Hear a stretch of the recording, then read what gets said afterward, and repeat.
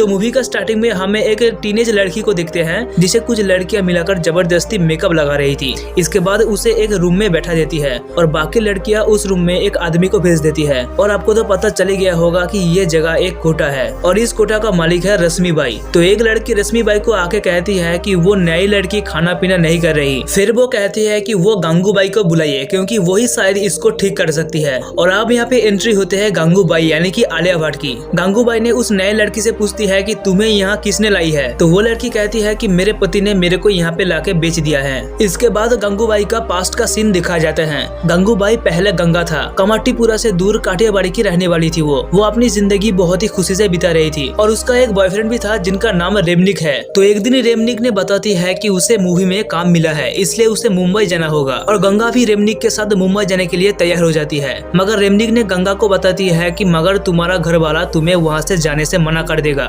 इसलिए गंगा घर वाले से कुछ ना कहकर अपने बॉयफ्रेंड के साथ मुंबई चली आती है। मुंबई में आने के बाद रेमनिक गंगा को एक घर में ले जाती है और बोलती है कि ये उसकी मौसी का घर है और वो चली जाती है। इसके बाद वो लोग गंगा को एक रूम में बंद कर देती है। गंगा बहुत ही चिल्लाती है मगर उसका कोई मदद करने के लिए नहीं आता। गंगा लगातार 3 दिन तक कुछ नहीं खाता। इसके बाद उस घर का मालिक शीला मौसी आते हैं और वो गंगा को बताती है कि तुम्हारा बॉयफ्रेंड तुम्हें 1000 रुपया में यहाँ बेच दिया है। और अब गंगा को वहाँ धंधा करने के अलावा कोई दूसरा ऑप्शन नहीं था। गंगा ने वहाँ रहते हुए उन लोगों की तरह सारे नियम सीख लेते हैं और उन लोगों की तरह बन जाते हैं।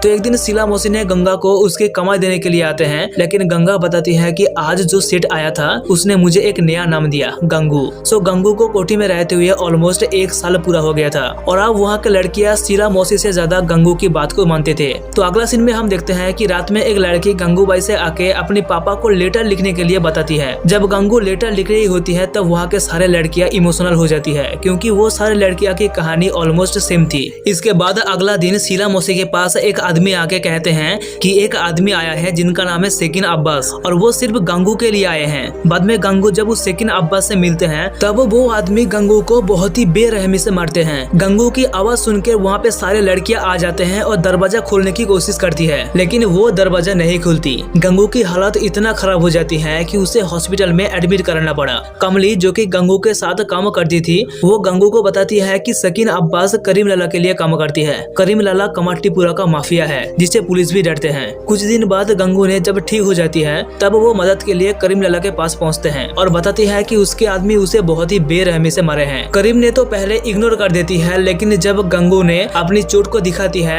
तब करीम लाला को यकीन आते हैं। 1 महीने के बाद सेकिन अब्बास फिर से गंगूबाई से मिलने के लिए आते हैं, लेकिन सारे लड़कियां सेकिन अब्बास के साथ गंगू को मिलने के लिए ना कहती है, लेकिन गंगू ने उसके साथ मिलने के लिए राजी हो जाती है। वो आदमी फिर से गंगू के साथ कुछ गलत करता, लेकिन इससे ही पहले वहाँ पे करीम लाला पहुँच जाते हैं और वो अब्बास के ऊपर बहुत सी गुस्सा हो जाते हैं और उसे मारते हैं। कुछ दिन बीतने के बाद शीला मौसी का डेट हो जाती है। इसका अगला सीन में हम देखते हैं कि कुछ लड़की गंगू के लिए एक कपड़ा लेके आती है। वो लोग गंगू को धंधे में जाने के लिए मना करती है। अब वो लोग गंगू को अपना लीडर बनाना चाहते हैं। अब वो गंगा से गंगू और गंगू से गंगूबाई बन चुकी थी। इसके बाद फिर से प्रेजेंट वाला सीन दिखाए जाते हैं जहाँ से फिल्म की शुरुआत हुई थी। यहाँ गंगूबाई लड़की को 2 ऑप्शन देते हैं, पहले तो मर जाओ और नहीं तो उन लोगों के साथ रहकर धंधा करो। तो इस पर लड़की ने मर जाने का फैसला लिया है। गंगूबाई इस बात पर बहुत ही इमोशनल हो जाती है और उस लड़की को घर भिजवा देती है। इसके अगला सीन में हम देखते हैं कि एक टेलर चाचा आती है और उसके साथ में एक लड़के को लेके आती है जिसका नाम अफसन रज्जक था। गंगूबाई उसे रज्जक साहब कहकर बुलाती थी।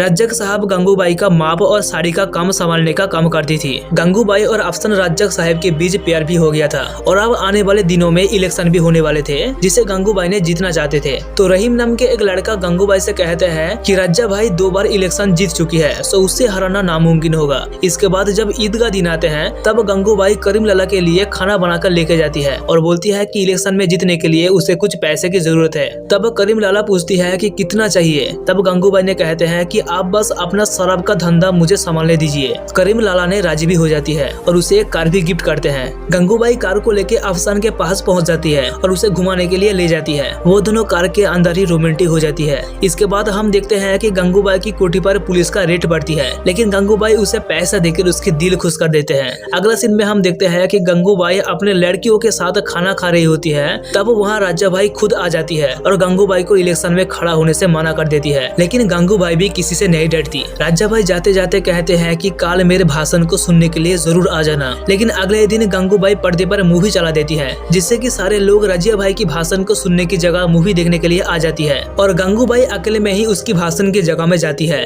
राज्यबाई गंगूबाई को वहाँ पे देख के बहुत ही गुस्सा हो जाती है और कहती है कि कोठी से डोली पर ले जाना और राज्यबाई को हराना बिल्कुल नामुमकिन है। अगला दिन गंगूबाई ने कुसुम के घर में एक लड़की को देखती है। कुसुम कहती है कि वो लड़की उसकी बेटी रोशनी है, जिसे कुसुम इन सब धंधे से दूर रखना चाहते हैं। कुसुम कहती है कि अब वो बड़े हो गए हैं, लेकिन उससे शादी कौन करेगा। तब गंगूबाई रोशनी के रिश्ते के लिए अफसन राजा के घर में जाते हैं। गंगूबाई का ये मानना थी कि अगर रोशनी और अफसान के बीच शादी होंगे ना तो लोग गंगूबाई को ही वोट देंगे, क्योंकि कमाटीपुरा में आज तक किसी की शादी नहीं हुई थी। बाद में वो दोनों शादी भी कर लेते हैं और कुछ दिन बाद जब इलेक्शन का रिजल्ट आती है तब कमली आकर गंगूबाई से कहती है कि तुम अब हमारे पूरे कमाटीपुरा के प्रेसिडेंट बन चुके हो। गंगूबाई कहते हैं कि जितना प्यार आप लोगों ने मुझे दिया है उतना ही प्यार मैं आप लोगों को दूंगा।